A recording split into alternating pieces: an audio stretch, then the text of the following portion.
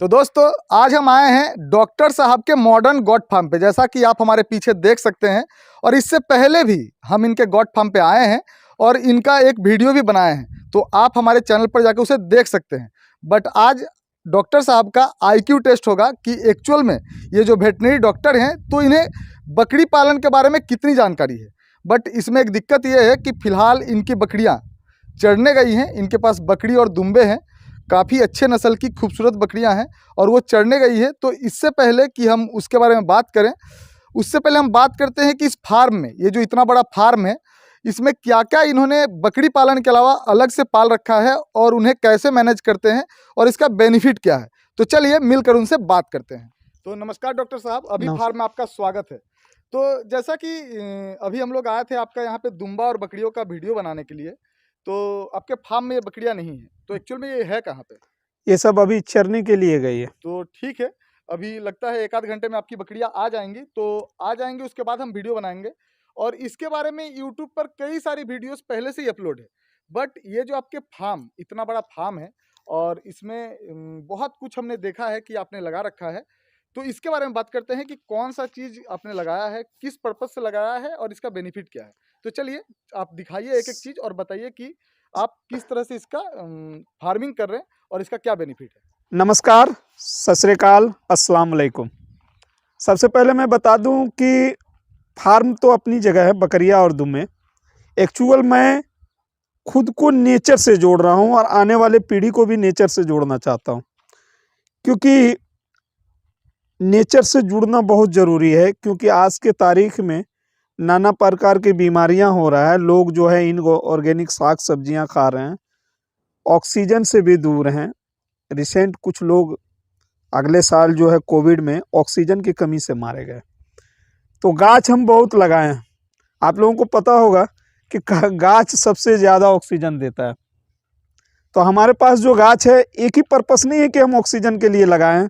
बकरियों को वहाँ से पत्ते मिल जाते हैं, हम लोगों को फल भी मिल जाएंगे, तो ये फ़ायदा हुआ। सब कुछ ऑर्गेनिक है, कोई भी केमिकल का उपयोग नहीं कर रहे हैं। हम लोग यहाँ साग सब्जी सब कुछ लगाए हैं। तो चलिए डॉक्टर साहब, आप एक एक चीज़ हमें दिखाइए कि आप क्या क्या फार्मिंग कर रहे हैं और उसका बेनिफिट क्या है। चलिए चलिए।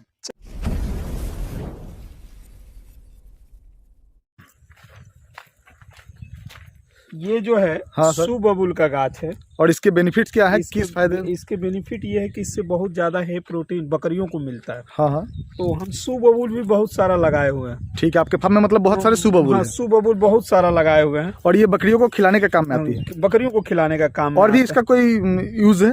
इसका यूज सबसे ज्यादा जो है बकरियों को बहुत पौष्टिक मिलता है। हाँ हाँ, हमने सुना है और राजस्थानी लोग देखते हैं कि सुबबुल के पत्ते ही सबसे बेस्ट उन्हें खिलाते हैं, ज्यादा खिलाते हैं। तो ये हमारे पास जो है सुबबुल है।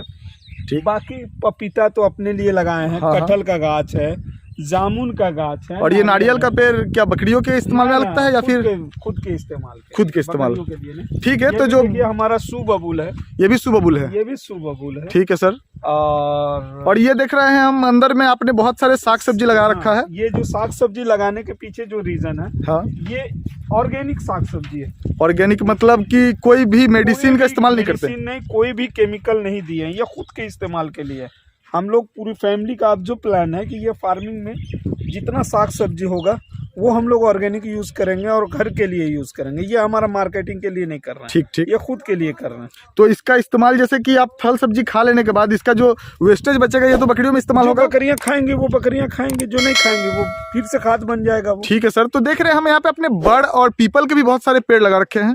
बकरियों के लिए जो है बड़ का पत्ता, पीपल का पत्ता, कटहल का पत्ता बहुत फायदेमंद होता है। मतलब कि अगर कोई बकरी पालन करता है तो बड़ पीपल ये सब लगाना चाहिए, जरूर लगाना चाहिए। ठीक है सर। तो चलिए आगे चलते हैं और देखते हैं आगे क्या लगा रखा आपने। आगे हमारे पास केले के गाछ बहुत सारे हैं। वो भी बकरी में इस्तेमाल होगा या फिर खाने के लिए? ये केले का पत्ता बाद में सोचे हैं। हाँ? कि मुर्गियों के लिए जो है हाँ, इसका पत्ता मुर्गियों के भोजन में बहुत काम आता है। ठीक है। ये हुआ सजना का हुआ, जिसको मोरिंगो बोलते हैं। ये सब मिला करके मुर्गियों के लिए भोजन तैयार करेंगे। चलिए बहुत बाकी अच्छी बात है। इसका जो फल है वो तो हम लोग खाएंगे ही। मतलब कि ये जो साग सब्जी है इसका फल आप लोग खा लेंगे, बाद बाकी ये जो पत्ते और वेस्टेज बचेगा ये बकरी और मुर्गियों में इस्तेमाल हाँ होगी। हाँ हाँ। ठीक है सर। हाँ। तो इसके अलावा आपने ये देख रहे हैं हम लहसुन या फिर प्याज कुछ इस टाइप का प्याज कुछ है, लगाए हुए हैं, लहसुन है, और ये सब घर के लिए है। घर के लिए है। आप गाजर लगाए हैं, हाँ हाँ। मूली लगाए हैं, पालक साग है, पपीता हमारे पास बहुत अच्छा अच्छा पपीता भी हाँ है। सर देख रही है इतने छोटे से पेड़ में बहुत सारे पपीते लग रखे हैं। हाँ। तो सर जैसा कि खाने वाली चीज़ें तो अच्छी चीज़ है, बट हम लोग बात करते हैं चलिए बकरी के लिए जो एक्चुअल में इस्तेमाल होगी और बकरियों को एक्स्ट्रा बेनिफिट देगी उन चीज़ों पर, उन चीजों पर जो है तो वो किधर है? वो चलिए और उस पार में। उस पार में है, दिखाते हैं। ठीक है सर। सर और देख रहे हैं हम ये बहुत सारे अपने कटहल के पेड़ भी लगा रखे हैं। ये बकरियों के खाने में बहुत काम आता है, बहुत बहुत चाव से खाती है बकरियां। हाँ ये जो सजन के सॉरी ये जो कटहल के पत्ते हैं ये चाव से खाती है। बहुत। और ये जो मोरिंगा का पेड़ है सर, ये भी बकरियों को देंगे घास में मिलाकर, ये भी मोरिंगा का देंगे। इसमें भी बहुत फायदा है उनको। ठीक ठीक। उनके लिए बहुत फायदेमंद होता है। इसमें प्रोटीन बहुत ज्यादा है, विटामिन बहुत ज्यादा है, कैल्शियम बहुत सारा है, मिनरल्स बहुत ज्यादा है, फास्फोरस बहुत ज्यादा है। इसलिए हम इसका बहुत ज्यादा गाछ लगाए हैं। तो चलिए हम चलते हैं उस पर में, बट उससे पहले मतलब आपसे ये कहना चाहते हैं कि जैसे कि अगर किसी के पास जमीन हो तो वो अपने लिए फल सब्जी और इस तरह के पेड़ पौधे लगाएं। इसका जो फल और सब्जी होगा वो खुद खा लेंगे, बाद बाकी बकरियों के भी इस्तेमाल में ये सब लग सकता है। मैं फिर से बताना चाहता हूँ हाँ हाँ कि आप लोग नेचर से जुड़े। ठीक। और नेचर से यदि जुड़ेंगे, जो मेरे काम आया वो मेरा काम, जो मेरे बकरियों को काम आया वो बकरियों के लिए, जो मुर्गियों को काम आया वो मुर्गियों के लिए, हमारे पास खरगोश है उनके लिए। तो कोई चीज बेकार यहाँ नहीं है। तो सही बात है सर। कुछ काम में ये फार्मिंग का मतलब सिर्फ बकरी और मुर्गी पालना नहीं है और इससे प्रॉफिट कमाना नहीं है, खुद का मन का शांति और नेचर से जुड़ना भी है। जुड़ना तो सही बात है। तो सर उस पार के हम जो आपके यहाँ पे देख रहे हैं नेपियर और बाकी सारे पेड़ पौधे हैं उन पे बाद में बात करेंगे। फिलहाल ये जो मुर्गी खरगोश और भी बहुत कुछ अपने पाल रखे हैं इस पे बात करते हैं। तो चलिए चलते हैं आगे। तो सर जैसा कि हम देख पा रहे हैं कि यहाँ पे आपके पास कुछ मुर्गियां हैं, जैसे कि ये कड़कनाथ मुर्गियां हैं। हाँ हाँ, और एक लाल कलर की। हाँ। तो सर आपके पास टोटल कितनी कड़कनाथ और देसी मुर्गियां हैं?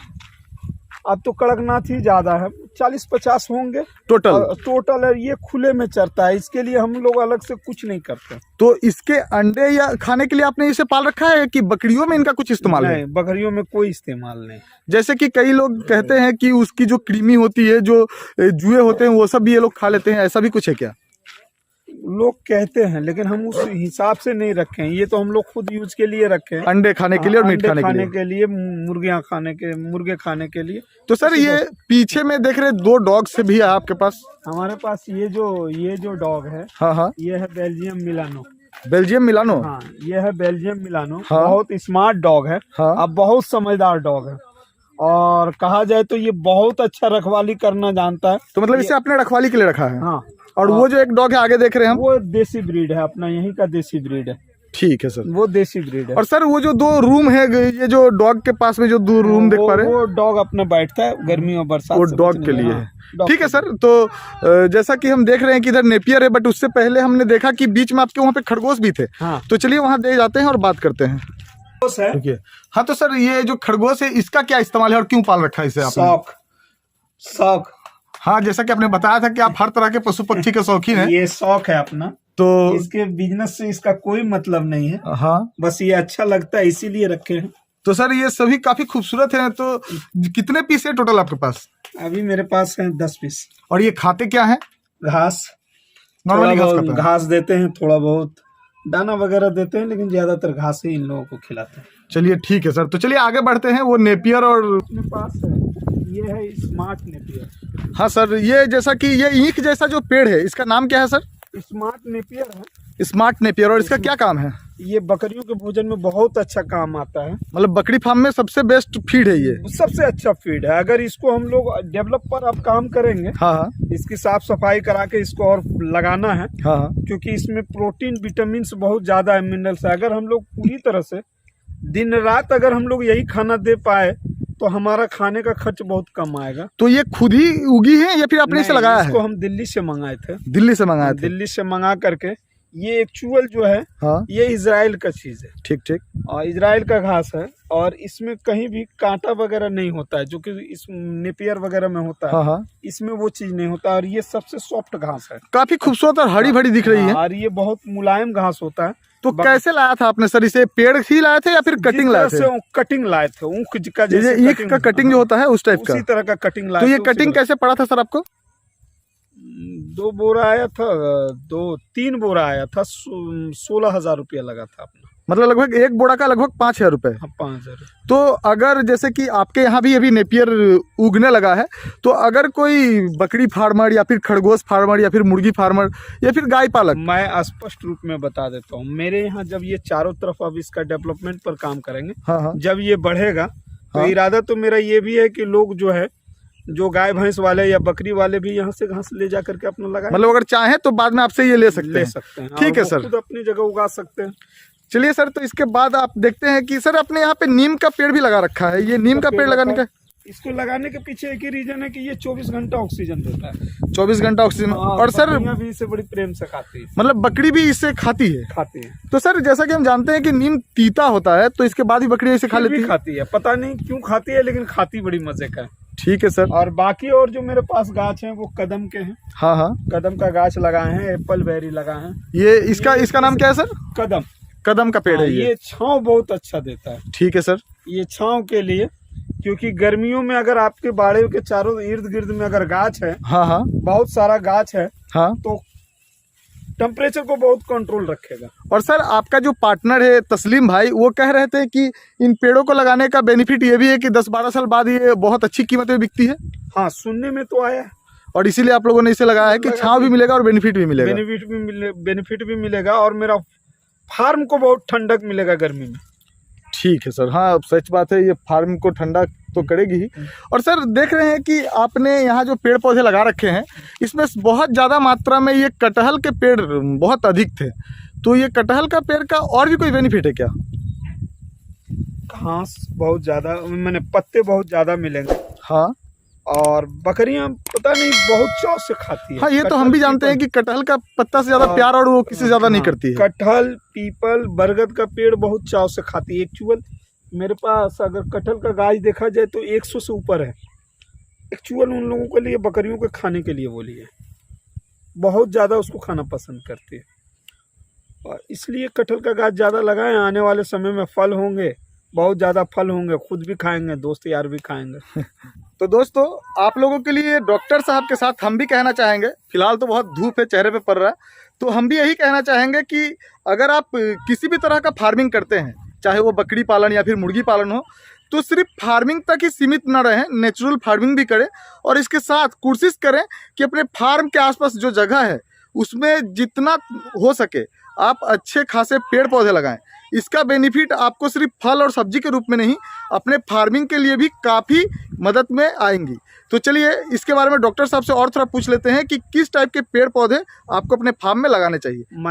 मैं एक चीज़ कहूँगा, अगर किसी को इरादा है कि हम फार्म करेंगे, तो जहाँ भी फार्म करेंगे वहाँ सबसे पहले गाछ लगाइए। सबसे ज़रूरी है चारों तरफ गाछ लगाना, क्योंकि फार्म हो सकता है आप साल भर बाद लगाएं, 2 साल बाद लगाएं, लेकिन गाछ पहले से इसलिए लगाना है क्योंकि उसको तैयार होने में 3-4 साल का समय चाहिए। सही बात है। पहले गाछ लगाएं, फिर फार्मिंग स्टार्ट करें। और बगैर पेड़ पौधे के फार्मिंग तो पॉसिबल ही नहीं है। पॉसिबल ही नहीं है। उम्मीद है आपको ये जानकारी अच्छी लगी होगी। वीडियो अच्छी लगी हो तो वीडियो को एक लाइक और चैनल को सब्सक्राइब कीजिए, और साथ में ही पास वाले नोटिफिकेशन बेल को ऑन कर दीजिए। इससे हमारा मोटिवेशन बना हुआ रहता है, और साथ में ही हमारे वीडियोस की नोटिफिकेशन आपके पास सबसे पहले पहुंचती है। और अगर आपके कुछ डाउट्स हो तो आप हमें कमेंट बॉक्स में पूछ सकते हैं। Thanks for watching. जय हिंद, जय भारत।